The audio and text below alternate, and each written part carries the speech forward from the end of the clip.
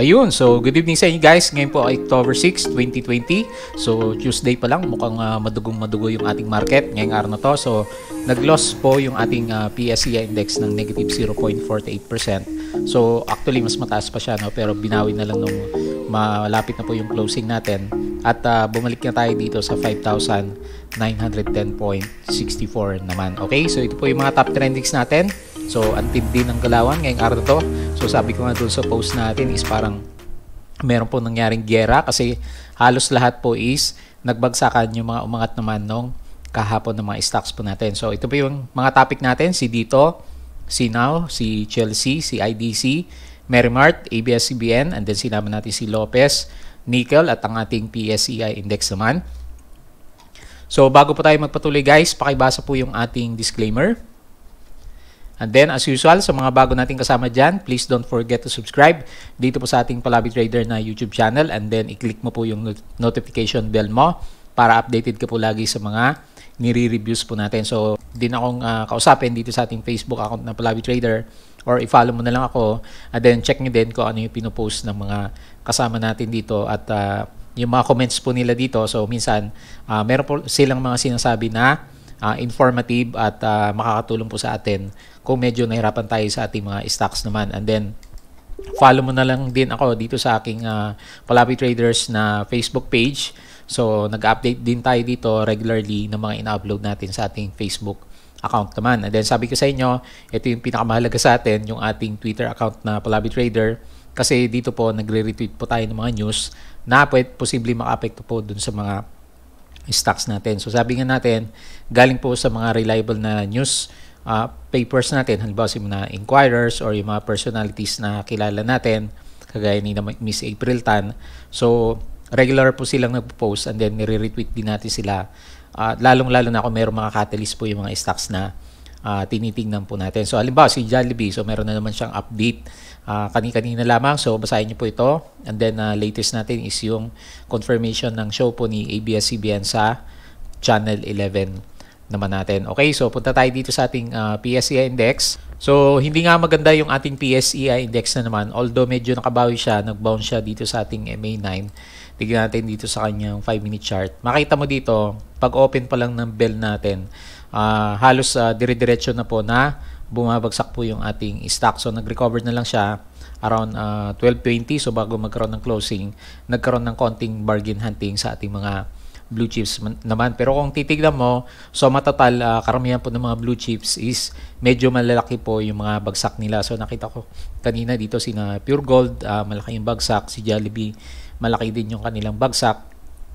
And then yung iba pa nating mga blue chips naman dyan. So hindi pa rin maganda yung pinapakita. So although sabi nga natin nung huli, maganda na sana after magkaroon ng announcement yung ating government na papayagan na nga yung karamihan ng mga public utility vehicles na yun nga, magkaroon na po ng businesses or rather magkaroon na ng biyahe and then lakihan naman yung percentage ng mga nagtatrabaho na sa Metro Manila. So mukhang hindi pa nagugustuhan na, or rather meron pang hindi nagugustuhan yung ating mga investors. Kaya pag tumingin ka dito sa ating net foreign buying, selling pa rin tayo. So negative 863.7 million. So very alarming pa rin po yan kasi tuloy-tuloy po na bumabagsak po yung ating indices. So, yun nga, nasaside yung ating index kasi karamihan pumupunta doon sa mga telco stocks natin, sina Dito, si Now, saka si C. And then, kung titignan mo yung daily turnover nila, so alalaki, nasa billion na po yung mga traded values nila. And then, walang gustong sumalo ng mga foreigners dito sa ating mga blue chips naman. So, hindi pa rin maganda yung galaw ng ating mga blue chips, no? So, pag tumingin ka kasi dito sa US indices, makita mo dito, maganda po yung galaw ng US. So, kahapon, ang taas ng kanilang Nasdaq, umakyat siya ng up to 2.32%. And then, yung ating Dow Jones, umakyat din ng 1.68%. So, maganda po yung galaw nila. So, makita mo dito, yung bandang Europe natin is green na rin. And then, overall, makita mo dito, yung global indices po natin is green ngayong araw to. So mukhang kakaiba yung galaw po dito sa ating PSEI market at wala nga pong foreigner na gustong sumalo sa ating mga stocks. Kaya nagbabagsakan pa rin po yung ating mga blue chips naman. So anyway, ilagay mo lang yung risk management mo. Kung trading ka, ilagay mo yung mga cut loss points mo kung long term ka, so it's time to hold muna kasi ayaw pa rin po ng mga foreigners dito sa ating PSEI index or sa ating PSE market as a whole. So, tinitignan ko din yung ating COVID cases. Hindi naman ganun na kalaki as compared for the last 2 days natin. So, kahapon ang data natin is 2,391. So, nasa stable stage tayo sa ngayon ng ating COVID cases. So, at least hindi naman siya nag-spike ng yung kagaya naman nakarang araw na more than 3,000 or umaabot ng 4,000 daily cases. Pero yun nga, yung standing natin sa global cases po ng coronavirus. So, pagkakabasa ko sa kanya is nasa top 20 tayo. So, isa po tayo doon sa may pinakamaraming COVID cases sa buong mundo. So, yun po yung nakita natin na news nung nakaraan naman sa kanya. So, anyway, antay-antay na lang tayo para sa ating mga blue chips kasi ayaw pa rin po ng mga foreign investors. Meanwhile, karamihan ng mga sa atin nagtitrade na lang madalas doon sa ating mga telco players or yung mga stocks na mayroong magagandang catalyst naman at nag-i-spike po yung kanilang mga prices. Okay, so punta tayo dito sa ating top trending stocks. So wala tayong masyadong positive news or rather any news na related na nakita kay dito natin maliban dun sa mga previous na post nila.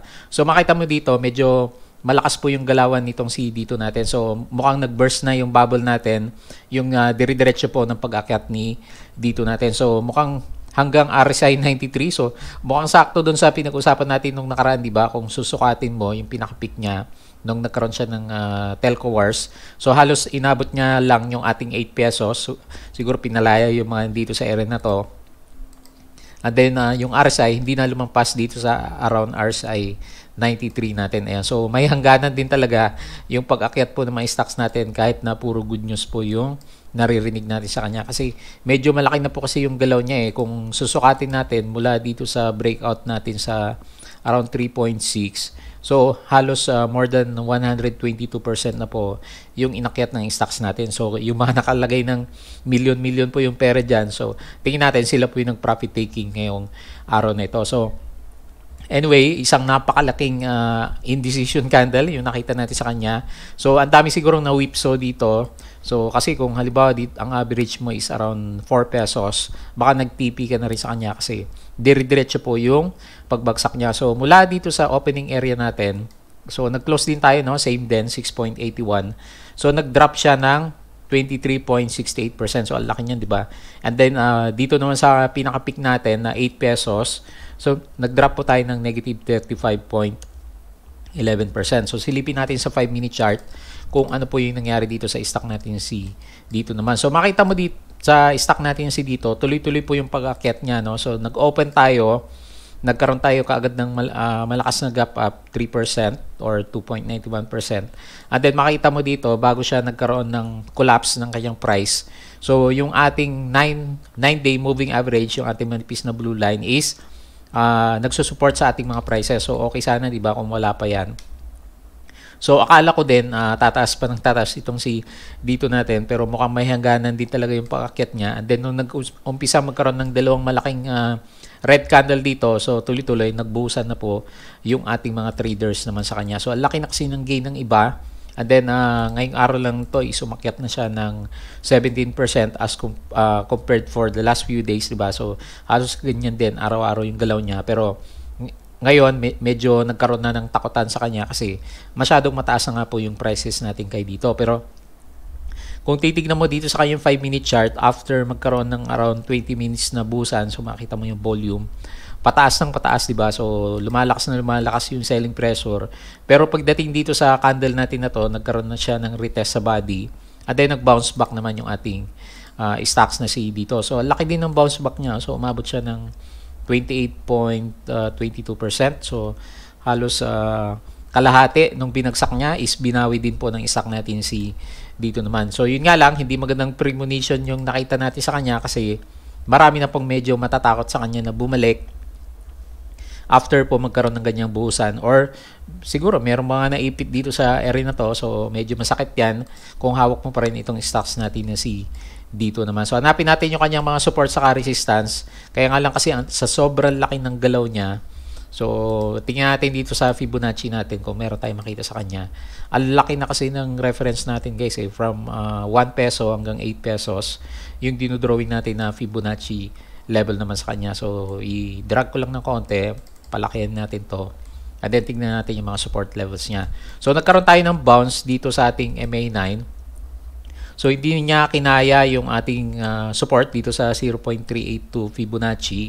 So, laki ng galaw niya, no? So, ang hirap hanapin ngayon kung nasaan yung support saka resistance ni dito natin. So, anyway, ang nakita natin na immediate support natin is dito sa 0.236 na Fibonacci natin, dito sa malaking Fibonacci natin sa kanya.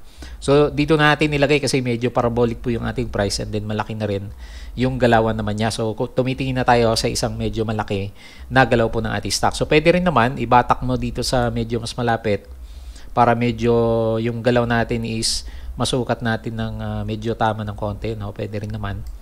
So, lalagyan natin dito. So, nag-coincide yung ating sakto, no? Pag dito ka pala naglagay ng ating pinaka-bottom at around August price action natin.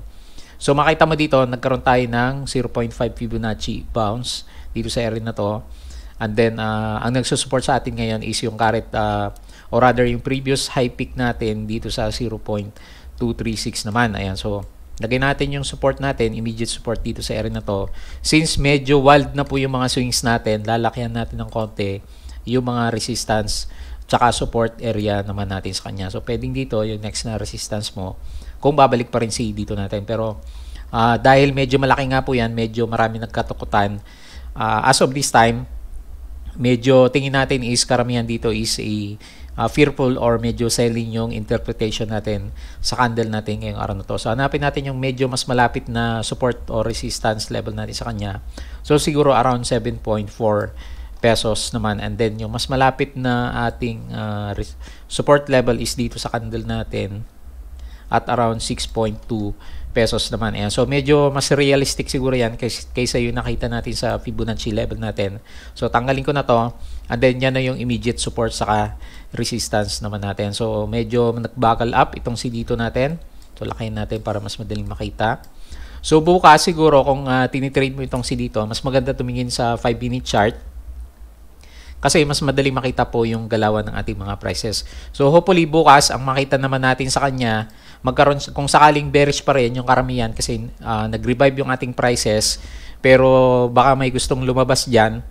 So, nag-expect tayo magkakaroon pa ng konting sell-off itong si dito natin. So, sana magkaroon ng support dito sa around 6.2 pesos or dito sa ating MA9. And then, hopefully, hindi mag-resist yung immediate resistance pala niya is yung ating MA20 or dito sa around 7.4 pesos naman. So, hindi muna tayo nagli-lean dito sa area na to sa bandang 8 pesos kaagad. Unless, meron po siya tayong medyo malakas-lakas ng catalyst bukas sa kanya. So, kung meron na siyang update dun sa towers niya, kaya-kaya niyang bumalik po dun sa level na yon. Pero po, hanggat wala pa rin po yon, so medyo fearful pa rin yung makasama natin. At saka kasi medyo dahil medyo bumagsak siya, lumalabas-labas na naman sa social live feeds natin yung additional na 40 billion shares po sa stock natin na si dito naman. And then, mapapansin nyo siguro, meron pa isa-isang nagpo-post dyan yung mga may shares po na nandito po sa loob ng company natin na si dito CME Holdings. Meron po mga independent directors dyan or directors nagbebenta sa kanya. So, siguro naging catalyst na rin yon para mag-profit taking muna yung iba sa atin kasi nagbentahan sila ng bentahan pero tayo naman is bili ng bili sa kanya. So next po natin itong Sinaw. So, medyo mas malakas itong Sinaw ngayong araw na to kasi kahit papano, naiwan siya. So, nag-gain siya ng 13.44%. So, kalimutan natin sabihin kay dito. Si dito is, hindi naman siya gumalaw do. So, 0% gain ngayong araw na to. And then, itong Sinaw, nag-gain po siya ng 13.44% naman. Ayan. So, medyo nabuhay ng konti itong Sinaw.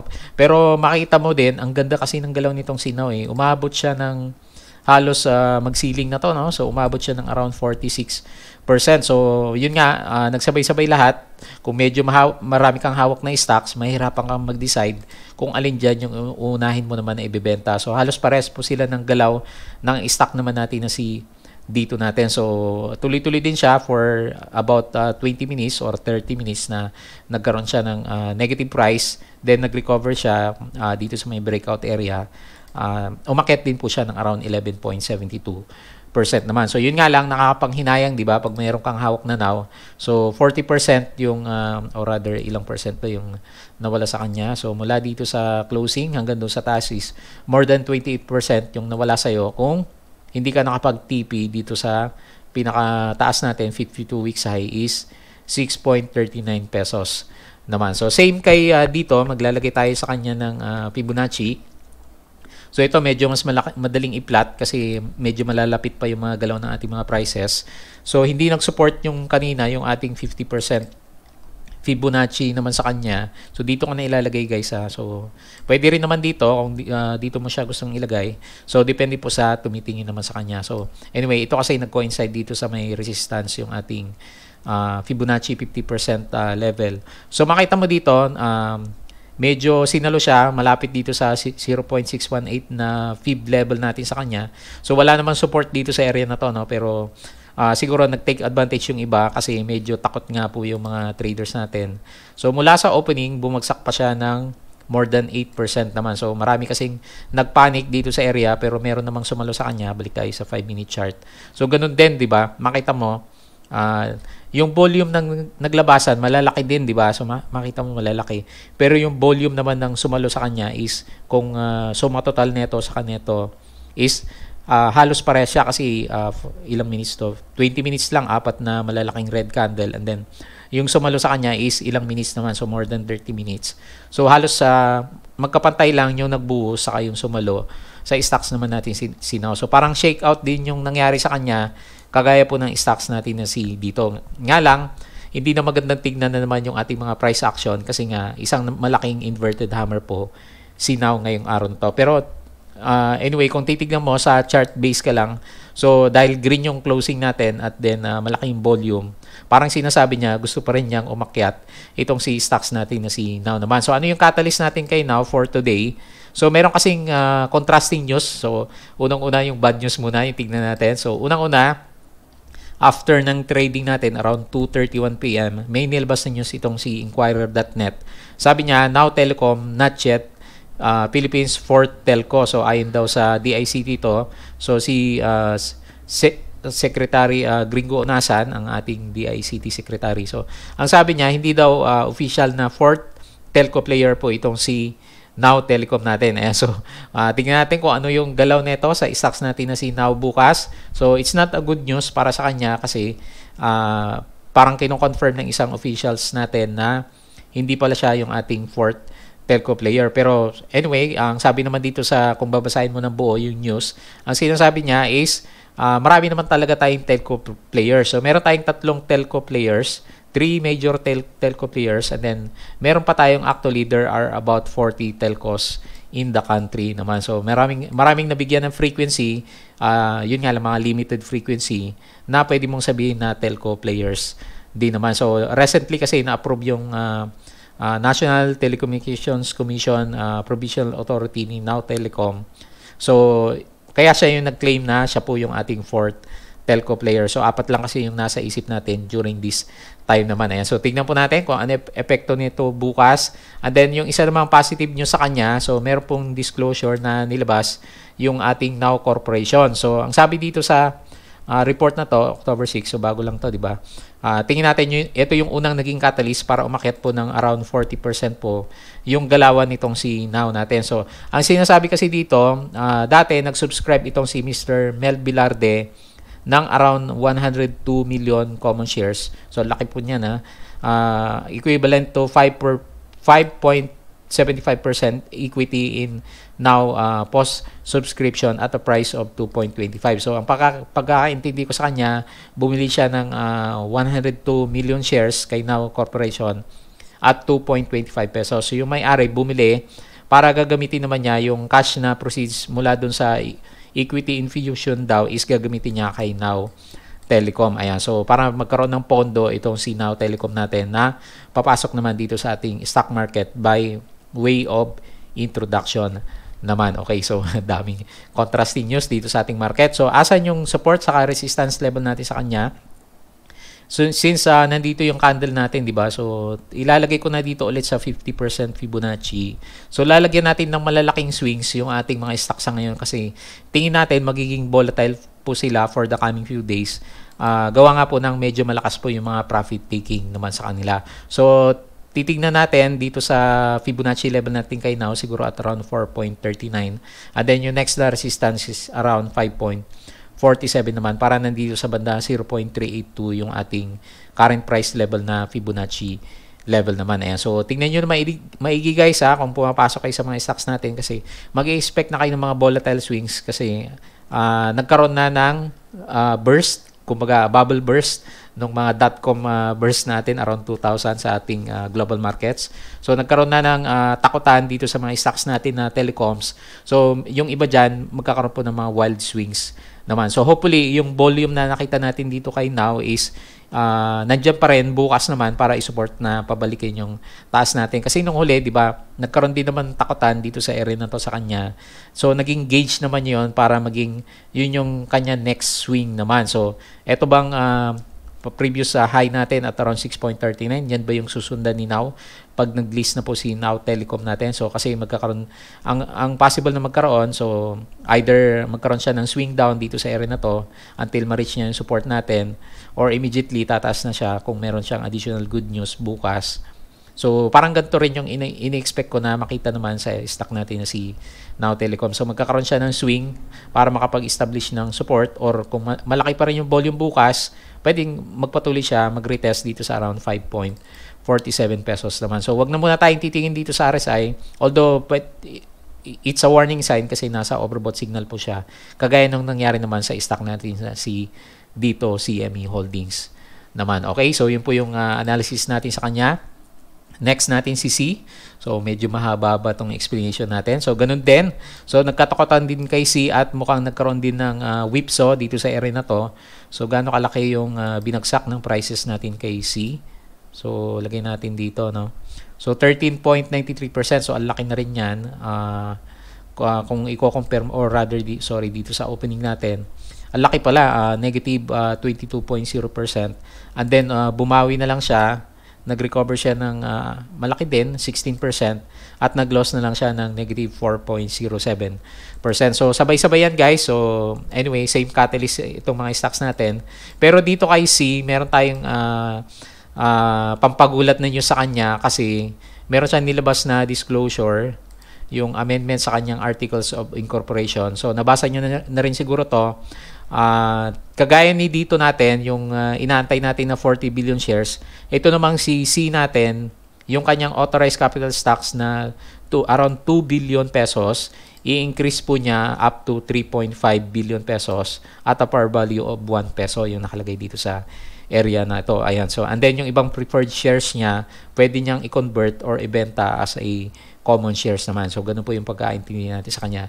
So, magkakaroon din ba ng busan balang araw sa stocks natin na C pag i-declare na po yung additional na ilang billion ba yun? Around 1.5 billion shares na idadagdag sa kanya based dito po sa disclosure niya kasi 2 billion until 3.5 billion.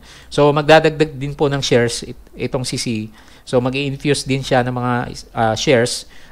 Kailangan din niya siguro ng pera kaya mag-i-inject po sila dito sa stock natin, or rather yung pera na yun is pang support niya doon sa expansion naman po ni dito telecoms natin kasi alam niyo naman 25% po yung stake ni Chelsea Logistics sa stocks po natin na si dito telecom naman. And then plot natin yung ating Fibonacci. So gagamitin ko na rin yung pinaka-base niya kung saan siya unang nagkaroon ng breakout. So makita mo dito, ito medyo classic to. Nagkaroon siya ng bounce malapit dito sa ating 50% Fibonacci area naman. So, hindi naman kailangan eksakto itong guhit natin yung magkakaroon ng bounce siya, di ba? So, isang area siya. So, dito pumulot yung ibang mga traders na sa kanya. And then, yun nga, pinabalik ng konti yung ating prices. So, sa ngayon, nandito tayo sa bandang loob. Ang immediate resistance, medyo madaling makita. Nandito sa around 6.17 pesos naman. Ayan. So, medyo nagkatakutan na malaki sa kanya. So, ito yata medyo malaki din yung galaw niya, no? So, si dito natin medyo safe. Si Now, kahit pa paano may gain yung ating mga traders. Pero itong si C, nag-loss po siya ng negative 4.07% naman. And then makita mo din, parang ganun din, di ba? So, ang lalaki ng mga volume ng sellers natin. Pero kung isusoma total mo, yung mga bumili dito sa area na to, at saka yung nagpabalik ng kanyang price naman. So, nagkaroon pala siya ng andito, Morningstar dito sa area na to. So, ilang percent pa yan kung nakasalo tayo sa kanya, no? So, ang nabantayan ko lang kasi nung time na yon, kasi nga naman, lag ng lag itong si COL Financial natin, hindi na tayo makapag-trade. So, yun nga pala, naging trending si COL Financial natin. So, ang dami pong naiinis sa kanila kasi, yun nga, naglag po. So, pati pala itong si, di ba, Investagrams, naglag din. Pero yung broker natin na COL Financial, hindi niya kinaya yung dami ng sellers during this time. So, dito, nagkaroon ng mga lag ng ating mga network. So, hindi na tayo makapasok. So, no way or no choice yung iba, kundi hayaan na lang yung kanila mga rather shares dito sa area na to kasi hindi nga sila makalabas. Pero at least kahit pa paano nag-recover naman po yung ating mga stocks. Hindi naman ganun kalaki yung binagsak nila, and then kung nakapag-decide kayo kaagad na medyo parang nakakatakot tong time na to, nakalabas kayo ng medyo maganda kasi kahit pa paano po yung mga prices, closing prices ng mga telecoms natin is hindi naman ganun kagrabe, di ba? Unless nakabili ka doon sa mga bandang taas kagaya ni Now na halos 40% yung inakyat naman siya. So, nagkaroon pala siya ng around 11.23%. So, nagkaroon ng shakeout, matinding shakeout. So, tingnan natin bukas kung ma-digest na po nila yung bagong amendment sa articles po nitong si Chelsea Logistics naman natin tungkol sa kanyang authorized capital stock. So, magdadagdag sila ng mga stocks.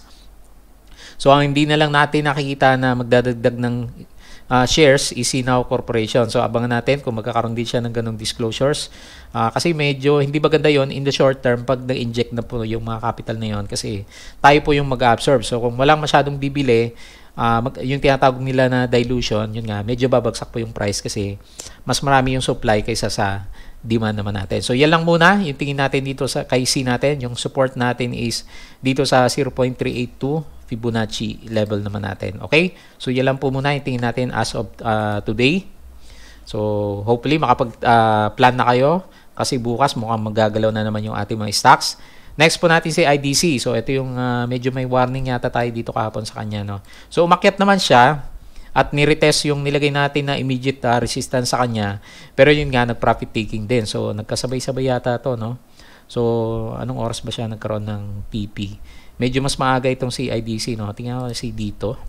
Hindi ko napansin kung anong oras nagkaroon siya ng TP is around 11. So, medyo mas matagal itong si dito natin. Mas maaga nagkaroon ng TP dito kay IDC. So, nagkaroon siya ng false na pag-akyat and then nagbentahan na po na nagbentahan sa stocks natin na si IDC.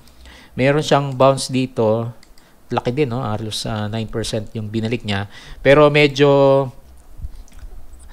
marami yatang inipit itong si IDC natin. So, unlike doon sa ibang stocks natin, si dito sa kasi C natin, yung closing kasi nila hindi masyadong malayo doon sa previous close natin. Ito naman si IDC, nag-loss po siya ng malaki. Negative 12.94%. Ayan. So, medyo siguro talagang as a trader, no, i-respect natin yung RSI natin pag medyo mataas na po sila. So, ito umabot siya ng around na RSI 84 naman. So, hanapin natin yung kanya next na support saka resistance. Hindi lang siya nag-fill the gap, kundi nag-retest din dito sa ating MA9. Pero since nakabalik siya, so dito sa may gap yung ating support level naman sa kanya at yung immediate resistance, ibababa ko muna ng konti kasi masyado na pong malayo at tingin natin hindi basta-basta babalik yung mga traders natin sa kanya. So, lagay muna natin dito sa around 2.77. So, meron kasi dito meron siyang consolidation dito sa area to. So, around 2.67 or masyadong malapit. So, i-adjust natin ng konti. Yan, dito sa may area na to. Meron siyang breakdown, may retest, and then nag-breakdown ulit siya. So, ganyan muna yung tingin natin kay IDC, support sa resistance. 2.75 yung resistance, 2.36 yung ating support.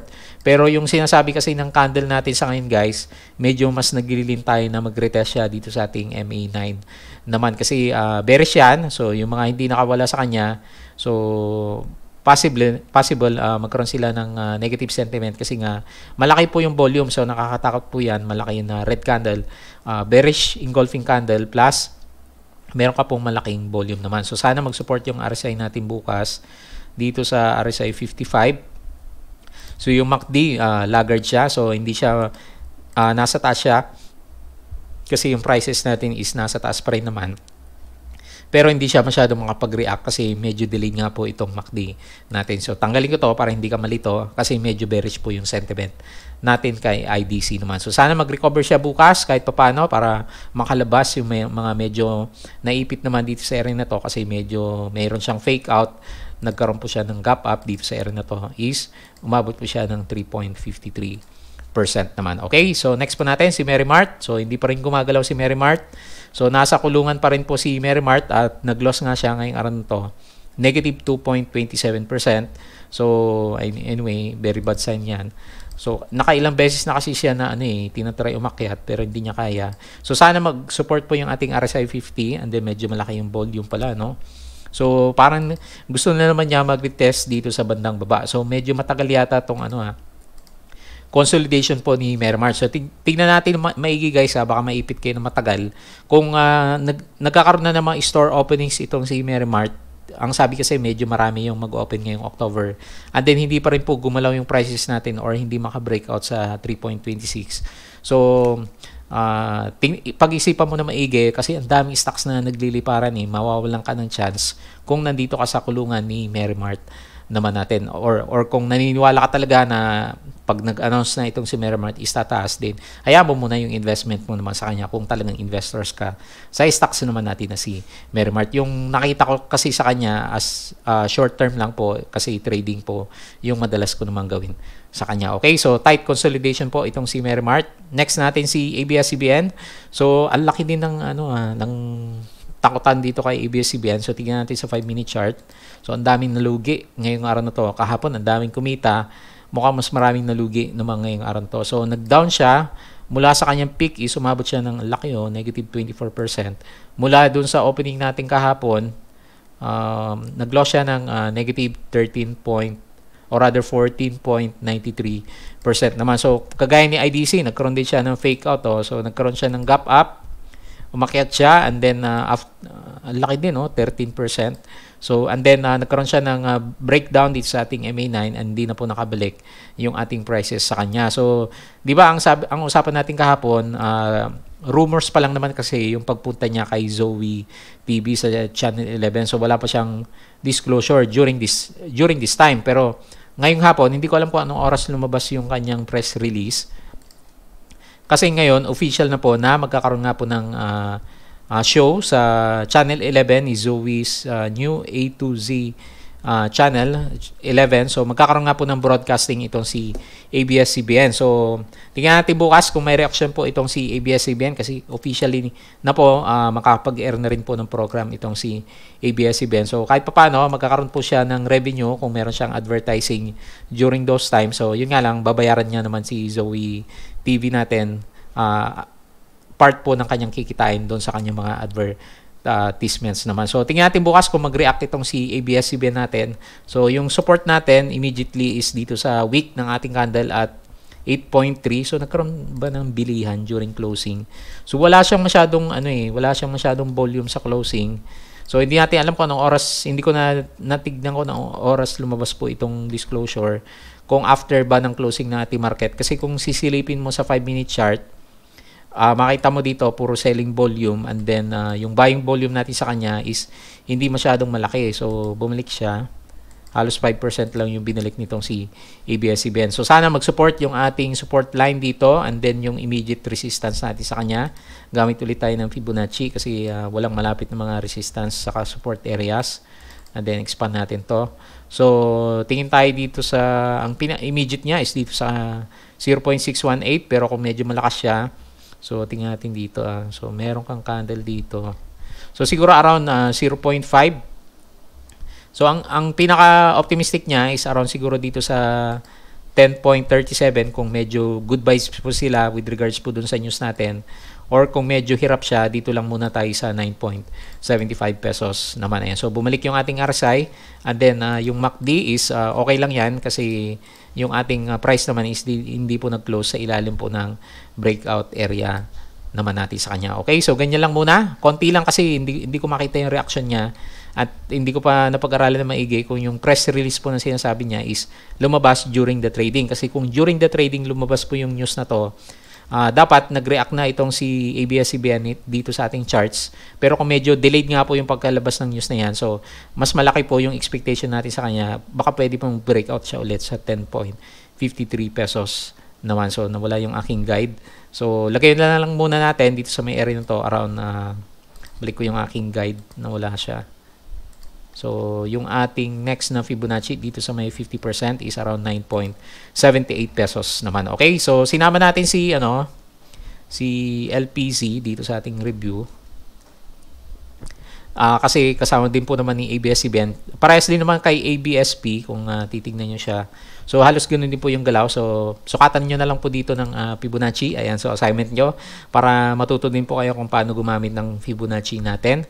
And then si LPZ, yung ating next na stock na re-reviewin. Kasi ito yung napag-usapan natin nung nakaraan, and then hindi pa natin masyadong sure kung meron ngang effect yung ating news sa kanya. So ibalik ko yung ating Fibonacci kasi nag-aaral tayo sa kanya kahapon. So, ang sabi natin, yung ating support is 0.618. Pero yun nga, medyo nagkaroon po ng breakdown ng ating prices. So, expand ko lang to para makita natin. And then, nagtuloy-tuloy siya. Nagkaroon siya ng gap down dito sa ating, ayan kita mo dito, yung 0.786. Naging resistance na siya dito sa area natin ito. At hindi rin ganun karami yung sumalo sa kanya. At mas marami po yung nagbenta. So, tingnan natin bukas kung magiging catalyst po yung ating news na nakita yung disclosure po ni ABS-CBN sa kanyang PSE edge naman. So ilagay ko na lang muna yung ating immediate support is actually yung MA100, pero since nagkaroon ng breakdown is dito sa may bandang baba. So siguro dito sa consolidations. So dito na sa pinakamababa na area kasi ito yung pinakadulo ng week. And then yung immediate resistance po natin is dito naman po sa body ng ating green candle naman. So, sakto ba to doon sa Fibonacci levels natin sa kanya? So, balik ko lang yung Fibonacci kasi ito yung sinusundan natin sa kanya. So, halos sakto din 0.618 Fibonacci level naman. Ayan. So, ganyan lang muna guys para madali makita. Support saka resistance 2.41 saka 2.65 pesos naman. Ayan. So, antayin natin yung reaction ng ating mga ABS-CBN stocks naman. And then lastly, si nickel. So, naging matunog si nickel. Bakit kaya naging matunog si nickel ngayong araw na to? So, parang nagre-recover yata yung price ni nickel, no? Kaya siguro nagkakaroon ng usap-usapan sa kanya. Medyo meron siyang breakout dito sa divergence area natin. Nagkakaroon ng curve up, and then merong konting accumulation po ng volume. So, nice move kay nickel holders po natin. So, kung susukatin mo na maigi, pag candles lang ang usapan, meron tayong breakout dito sa area na to. Pero mas maganda, magkaroon tayo ng candles above po ng ating MA20 para medyo mabuhay na po ulit itong si nickel natin. So, nag-support yung ating pinakamababa sa kanya. Hindi naman siya nagkaroon ng close the gap pala, no? At 2.91. So, dahil medyo nasa taas siya, naglilin tayo na aakyat ulit itong si nickel natin. So, lagay natin yung immediate resistance sa 3.24. Dito naman sa may gap area naman natin. So, gano'ng kalaki kaya yung bounce na yan kung sakaling umakyat siya? 7%, and then yung risk mo sa kanya is, so pwede ka maglagay na around 4% na risk naman. So pinag-uusapan itong mga nickels natin. So kung nabalitaan nyo nung huli, parang naghahanap itong si Mr. Elon Musk ng pagkukuhanan niya po ng nickel. So, di ba, isa sa mga major nickel producer po si Philippines natin. So, ang dami po nating mining companies yan. Pero ang unang nabasa ko na pagkukuhanan po nitong si Tesla is nagkakaroon yata siya ng deal sa may bandang Indonesia naman. So, anyway, tingnan natin kung magkatuluyan sila, or malay mo nga naman sa Pilipinas magtanong si Elon Musk. Napakalaking catalyst po noon para sa ating mga mining companies naman. So, siguro kaya nag-trending ito si nickel kasi naghahanap po si Elon Musk ng source ng kanyang nickel naman. Okay, so yun po yung mga reviews natin. So, kaabang-abang yung pwedeng mangyari bukas. At sana hindi na maghang itong si COL broker natin. And then, pati din yata sa ibang broker, nag-lag din dahil sa lakas po ng bentahan kay mga telecoms po natin. So, nagsabay-sabay si Now, si C, si Dito natin, and then yung iba si IDC nakita natin, at saka yung ABS-CBN. So medyo marami pong nalugi ngayong araw na to. So as usual guys, i-manage mo po yung risk mo. Yung ilalagay mo po dyan na pera is yung kung sakali mang mawala is hindi ka masyadong or rather hindi siya yung pang emergency na kailangan mo, or rather maglagay ka talaga ng cut loss sa kanya para maprotektahan po yung capital mo kung trading po yung ginagawa mo. So yun po yung pinakamalaga sa mga traders, protect po yung capital natin, kasi pag nawala yan, mahirap mabawi po yung ating capital, mapipressure ka na para mag-trade ng mga trades, pero iniwasan nga natin yung sobrang trades naman kasi mas malaki yung chance na matalo ka po dito sa ating trading naman. Sa mga investors naman, sa ating mga blue chips, so antay lang muna talaga tayo sa catalyst sa kanya kasi ayaw pa ng mga investors sa Philippines natin. Makita mo naman, halos green lagi dito sa ating global indices, pero ayaw po nila sa Philippine market naman natin. So tingnan natin maigi, baka pag naglabasan na yung news na medyo kumikita na yung mga companies natin kasi medyo open na nga yung economy, magbabalikan na rin po yung ating mga foreign investors naman. So yun lang, bago tayo mag-close, please don't forget to subscribe dito sa ating Palabi Trader na YouTube channel at dito din sa ating Facebook account. Follow mo lang ako sa ating Facebook page, and then lalong-lalo na po dito sa ating Twitter account naman. So Wednesday pa lang bukas pero medyo madugo na po yung ating mga stocks sa ngayon. So maraming salamat po sa inyong panunood at pakikinig. Kita po ulit tayo bukas.